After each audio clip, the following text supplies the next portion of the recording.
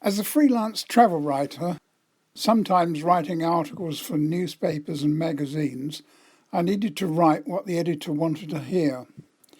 For example, if I'd been writing commentary on Venice as a great place to hold a wedding, it would not have gone down well if I'd included that sometimes on certain tides the canals took on a look and smells of an open sewer. However, once retired, I no longer had a paymaster to call the tune. I decided that my blogs would be more open. This is one of my real travel blogs that I named Australia the Fair. Snakes, spiders, crocodiles, sharks and drunken white males. I've been robbed at the point of a machete in Demerara, mugged in Barcelona, caught up with rampaging Millwall football fans in Peterborough, and bar fights in Mexico and Gibraltar, had my pocket picked in Singapore, Cape Town and Sierra Leone.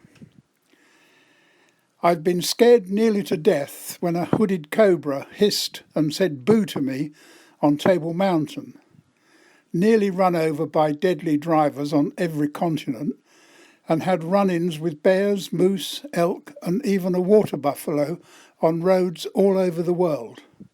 However, nothing will convince me that Australia is not the most dangerous travel destination going. Believe me, Africa is for pussycats by comparison. It's been said very reasonably that just because you're paranoid doesn't mean everyone isn't out to get you.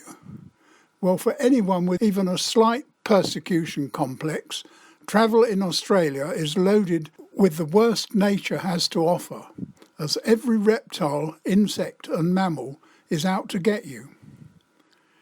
I won't even have a go at Kevin Rudd, their foul-mouthed bully who was their dysfunctional Prime Minister when I visited. Forget travel insurance, the creatures below won't leave you to live long enough to make a claim. Number one, naturally, is sharks. The film Jaws ruined the ocean for anyone with a delicate nature. I know that was in America, but I bet the bloody thing has a second home on the Barrier Reef and has claimed expenses on it. The big, beautiful blue was instantly transformed into a bloodbath just waiting to happen. The paranoid traveller has only to put his head under the water in Australia to hear cello music, and if he's snorkelling, then the sight of his own flipper is likely to appear as a fin and give him a heart attack anyway. I've seen a couple of surfboards out there with huge big bite marks displayed, which really gave one confidence. I shan't mention the beach bums with huge chunks of arms and legs missing, in case you're of a delicate disposition. Number two are the boxed jellyfish. In most places around the world, jellyfish represent a nuisance, a pest to swimmers whose stings can leave nasty welts that could suggest a tendency for S&M. In Australia, however, the box jellyfish kills. It's that lethal. In fact, in northern Australia, no one enters the ocean at all at certain times of the year when the box jellyfish cruise by. Number three are crocodiles. Unless you're travelling with Mick Dundee, the traveller in Australia needs to think twice before washing his face in even the most innocent stream. Just because it looks like a log doesn't mean it is. And to top it all, Australia has saltwater crocodiles, so you're not even safe from them in the sea, and that's not just playing fair. Number four, the funnel-web spider. Wouldn't you know it, but the world's most poisonous spider likes to hang out just under the toilet seat, waiting to sink its fangs into your backside. Get bitten by one of these tiny arachnids and you're history. Unless, of course, you have a friend who will suck out the poison and you get anti-venom pronto. If you're living in Australia and you see any webs in the shape of a funnel, move your apartment. Number five, of course, are snakes. Tiger snakes, brown snakes, death adders, mulga snakes, king brown snakes, and of course sea snakes, the ocean being the favourite place that Australia tries to kill you. Australia has over 100 venomous snakes and 12 of them are lethal. Of course, some experts say that snakes are not out to get you. The Bible tells us differently. Number 6, dingoes. Camp around settlements in the desert and don't be surprised if you wake to the sound of growling. While the authentic dingo is quite a softie, many have bred with wild dogs and they come at the traveller in vicious, rabid packs. Number 7 are bull ants. There you are enjoying a sunset or gazing out at the psychedelic colours of a tea tree lake, and the next thing you know, a guerrilla squad of bull ants have charged your feet and hands. They are biting for all they're worth. These bastards can even jump you as you're walking along. And talking of jumping, number 8 are kangaroos. OK, everyone knows that kangaroos are cute, thanks to Winnie the Pooh and her lovely Kanga.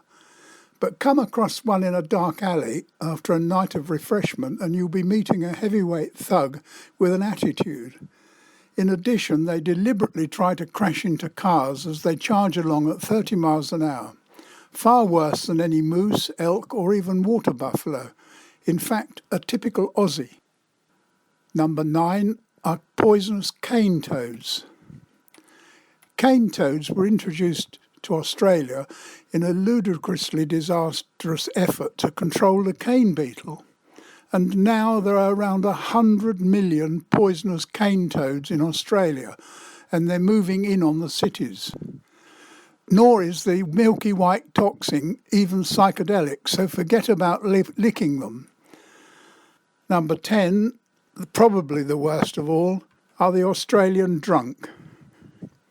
Of course, no creature is to be feared quite as much as the beer-swilling Australian who suddenly decides that you're up yourself and it's up to him to teach you a lesson.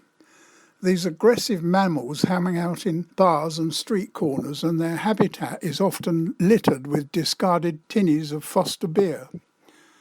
Smile, hail a taxi and don't, whatever you do, make eye contact.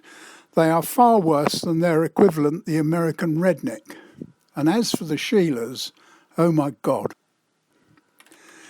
Incidentally, have you any idea why our colonial cousins in Australian Army were known as diggers? It was not, as told in polite company, derived from the fact that a lot of them came from a gold mining background. It was in fact from camping in the outback where a man would walk a distance from a camp with a shovel under his arm. Gonna dig a dunny, or in more refined terms, to dig a hole in which to poop. No worries, mate. If you agree with none of this and believe that Australia is not the most dangerous place on earth, especially if you're not bound for the outback, just go for a stroll in King's Cross, Sydney.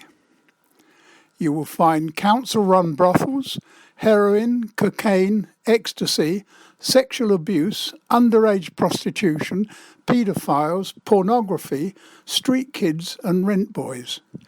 Pat Bong, the Reaper Balm, the Pigali, Kabuchiko, none of them can hold a candle to King's Cross.